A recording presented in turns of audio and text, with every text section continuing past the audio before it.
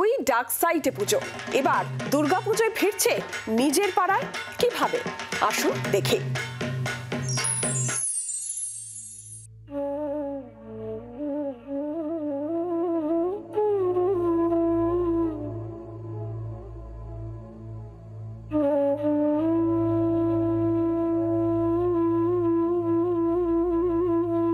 একশো ১৬তম বর্ষে বৃন্দাবন মাতৃমন্দিরের থিমের নাম সুকিয়া স্ট্রিট। আজ তো পাড়াটাই থিম, পাড়ার প্রতিটি বাড়ি থিমের অঙ্গ।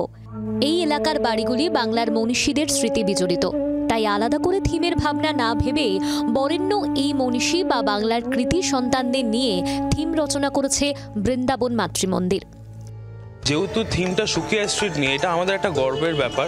১১৬ বছরে আমাদের বৃন্দাবন মাতৃমন্দির এবারে স্টুড আউট করতে পারছি, আর থিম নিয়ে সুকিয়া স্ট্রিট, এটা আমাদের জন্য একটা গর্ব। আর সেটি শুরুই হচ্ছে আমাদের একটা প্রাচীন শিল্পকে নিয়ে, পটচিত্র। যা আছে কলকাতায় তা আছে এই পাড়ায়। তাই ১১৬তম বর্ষে বৃন্দাবন মাতৃমন্দিরকে পুজোর থিম নিয়ে আলাদা করে কিছু ভাবতে হয়নি, কারণ এই পুজোটি সুকিয়া স্ট্রিটে অবস্থিত।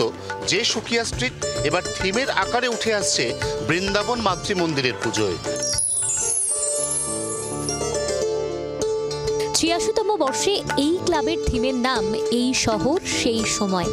কলকাতার পুরনো বনেদি বাড়িগুলি একের পর এক বিস্তৃতির অতলে চলে যাচ্ছে, তার জায়গা নিচ্ছে টাইলস আর কংক্রিট।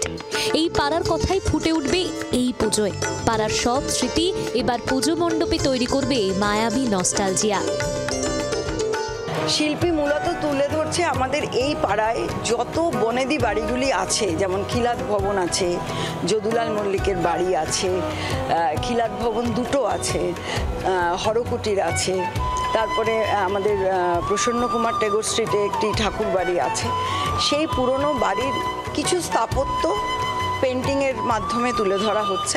পাশাপাশি এখানে অন্যতম প্রণিধানযোগ্য থিমের অঙ্গ হিসেবে থাকছে বটতলার ছাপাখানা, যা এই গোটা পূর্বাঞ্চল বা পূর্ব ভারতের মধ্যে প্রথম মুদ্রণ বিভাগের বহিঃপ্রকাশ।